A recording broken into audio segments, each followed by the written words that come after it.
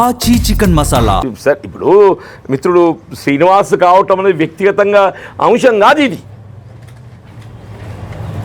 20వ తారీఖు నాడు ఏదైతే ఎమ్మెల్యే గారితో కలిసిందట, 28 నాడు ఏదో మరి నామినేషన్ ఎన్ని విషయం తెలియదు, 28, 29, 30 నాకు తెలియదు. ఇప్పుడు ఆయన చెక్ కుర్చీలో కూర్చున్నాడు. మరి ఈయన కానీ ఏం అనుబంధం, ఏ రుణం తీసుకుంటున్నావు ఏందో మాకు తెలియదా? మమ్మల్ని బలిపెడుతున్నావు కదా, నువ్వు మమ్మల్ని బలిపెడుతున్నావు కదా అంటున్నాయి అనేది. అదే కాపువర్గం చేద్దాం అనుకుంటే పాపం యూత్ కాంగ్రెస్ ప్రెసిడెంట్ ఉండు బీరం రాజేష్ ఏదైతే ఉందో యూత్ ప్రెసిడెంటే, కాపు సామాజిక వర్గం చెందినట్టు ఉట్టిగా ఇండిపెండెంట్ పెట్టి ఆయన ఓటమికి పాలైండే. బీరం రాజేష్ ఏదైతే యూత్ ప్రెసిడెంట్, జిల్లా యూత్ ప్రెసిడెంట్, వాడికి వెళ్తే ఎక్కడ పోటీ ఎత్తడం అనుకున్నా మరి ఏమనుకుంటుంది నాకు తెలియదు. యూత్ కోటాకి నచ్చడం అనుకున్నాడు ఏందో తెలియదు.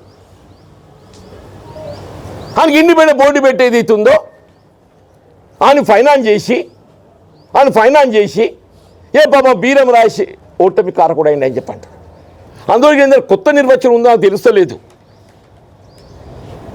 ఒకవైపు ఏదైతుందో స్పీకర్ గారు బీఆర్ఎస్ పార్టీ అంటారు, మరి బయట వచ్చేది అవుతుందో కాంగ్రెస్ పార్టీ అంత కదా వ్యవహారాలు జోక్యం చేసుకుంటూ నువ్వు అభివృద్ధి కొరకు పాటుపడిన ఆయన సంతోషపరచలేను. వాళ్ళ మేము కూడా ఏదైతుందో కాంగ్రెస్ పార్టీ తెలంగాణ రాష్ట్రంలో ఏదైతుందో అధికారం ఉండేది రేవంత్ రెడ్డి గారు, మోడీ గారితో ఏదైతుందో సంప్రదింపులు చేస్తారు, విజ్ఞప్తులు చేస్తారు, మన రావాల్సినటువంటి ఒక నిధులు హక్కులు ఏదైతుందో పొందుతారు. It's a privilege right, it's a constitutional right. మరి రాజ్యాంగం నిర్వచనం ఏమైనా ఉన్నదా? ఒక రాజకీయ పార్టీకి వెళ్ళి ఎంపికై ఆ పార్టీలో కొనసాగుతూ ఇంకో రాజకీయ పార్టీతోని మరి దాన్ని ఏమన్నా నాకు తెలుస్తలేదా? వాళ్ళ అంతర్గత వ్యవహారాలను జోక్యం చేసుకొని నువ్వు ఆధిపత్యం చెలాయించాలని చూస్తే అది ఏమన్నట్టు వాట్ ఇట్ ఈస్? అట్లాగే ఏదైనా రాజ్యాంగం నిర్వచించిందా? మరి అటువంటి ఆర్టికల్ జోడిస్తారా దానికి? ఇప్పుడు ఏమైపోయిందో జగిచ్చేసారి తెలంగాణ రాష్ట్రంలో కొనసాగుతున్నటువంటి ఒక పరిస్థితులు చూస్తుంటే, జగించాలకు ఉన్న పరిస్థితులు చూస్తుంటే 10th షెడ్యూల్ ఇది ఆర్టికల్ జోడించాలి. నువ్వు హౌస్లో ఓటు వేయడానికి మాత్రమే నీవు ఏ పార్టీ ఎంపికపడో ఆ పార్టీ. నువ్వు బయట ప్రపంచం లోపల నువ్వు ఏ పార్టీతో కానీ అంటగాగచ్చు, నువ్వు ఏ పార్టీతో అంటగాగచ్చు. అటు ఏదైనా నిర్వచనం అందులో ఆర్టికల్ జోడించాలనిపిస్తుంది నాకు. మరిగా ప్రజాస్వామ్యంతో పరిహాసం ఆడుతున్నారు మీరు. ఏంటి ఇది? What it is? మరి మా పరిస్థితి చూస్తుంటే వాళ్ళు మాకు భవిష్యత్తు ఏంటి అనేది అయితే మాకు గోచరిస్తలేదు. ఒకవైపు ఏదైతే మేము ఇది ఇవ్వాలంటే మాకు మనసు రావటం లేదు. ఇన్ని బాధలు, ఇన్ని అవమానాలు తట్టుకునే కానీ నిలబడుతున్నాం. ఈ అవమానాలు ఎంతకాలం భరించుడు? ఐ థాట్ ఇందులో చైర్పర్సన్ ఎన్నికల్లో జస్టిస్ అవుతుందని చెప్పి అనుకున్నామే. మేము ఏదైతే ఉందో ఎన్నికల ఫలితాలు ప్రకటింపబడ్డానాడు ఏదైతే పత్రికాముఖంగా వీఆర్ విత్ ది కాంగ్రెస్ కేవలం ఏదైతే ఉందో ఆది నుండి దశాబ్దాల తరబడి కాంగ్రెస్ పార్టీ జెండా మోసిన వారికి అవకాశం కల్పించాలనేది అయితే అభిప్రాయం వ్యక్తం చేసినావో I must take it to notice of the high command అని చెప్పని ఏసీసీగా వారితో కలిసి వ్యక్తం చేద్దామని చెప్పి పోయినామంటున్నాను.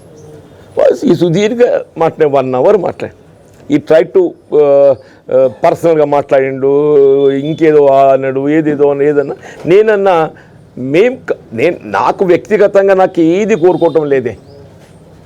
I had enough political life.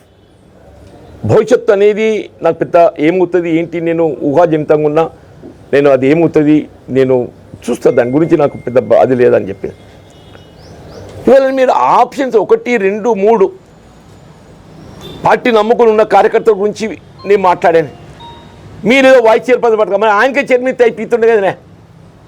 ఇప్పుడు ఏ వైస్ చైర్పర్సన్ ఇచ్చిండ్రు అల్పసంఖ్యాక వర్గాలకు సంతోషం ఆయనకే చైర్పర్సన్ వెళ్ళిపోతుండే కదా, అట్లానే తృప్తి పడుతుంది కదా. ఆయన ఆదిరానికి వెళ్ళి కాంగ్రెస్ నమ్ముకుని ఉన్నాడే కదా, నమ్ముకుని ఉన్నాడని చెప్పని మీరు అవకాశం కల్పించారని చెప్పని మీరు భావిస్తుంది కదా. ఆయన బీసీఏ, అల్పసంఖ్య ఆయన కూడా బీసీఏ. అధిష్టానం మరి నేతే మీరు అన్నట్టు ఏదైతే ఉందో నాకు చాలా క్లియర్గా చెప్పాను నేను. నాకు ఈ ఎన్నికల మాత్రం ఏదైతే ఉందో మున్సిపల్ ఎన్నికల్లో ఏ విధమైనటువంటి ఒక పార్టీకి ఇబ్బందులు ఎదురు కాకుండా మీరు ఏ నిర్ణయం తీసుకున్నా మేము కట్టుబడి ఉంటాం. మా మిత్రులు సహజ అందరం కూడా stand by the Congress party decision అని చెప్పాను నిన్న. ఇవాళ కూడా మేము అందరం అదే ప్రకారంగా ఉన్నాం. మాకు నిన్న మా మిత్రుడు ప్రదీప్ ఉన్నాడు, ఆయనకి విప్ సర్వ్ చేస్తానికి వచ్చింది. మేము పక్కన భోజనం చేస్తుంటే ఆయన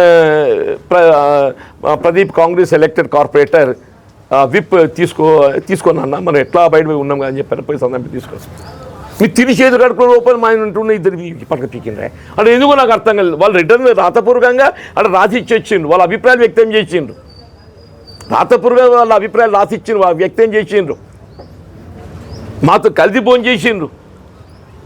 మేము కాంగ్రెస్కి ఓటేస్తామని చెప్పి ఆడ చెప్పి ఈడ చెప్పి ఎక్కడ చెప్తున్నాం. మరి ఎందుకో మాకు అర్థం కాదు. ఏంటంటే జీవన్ రెడ్డిని ఒంటరి కానీ చేయాలి. ఆ లక్ష్యం ఒకటే కనబడుతుంది ఆయనకు. నాకు చూస్తున్న ఎమ్మెల్యే గారికి జీవన్ రెడ్డిని ఒంటరి కానీ చేయాలి. ప్రతిపాదించబడ్డటువంటి ఒక సభ్యులే కానీ ఇద్దరు స్వతంత్రులే కానీ ఎమ్మెల్యే గారి ప్రతిపాదనకు భిన్నంగా గెలిచొచ్చిన వాళ్ళు వీళ్ళు.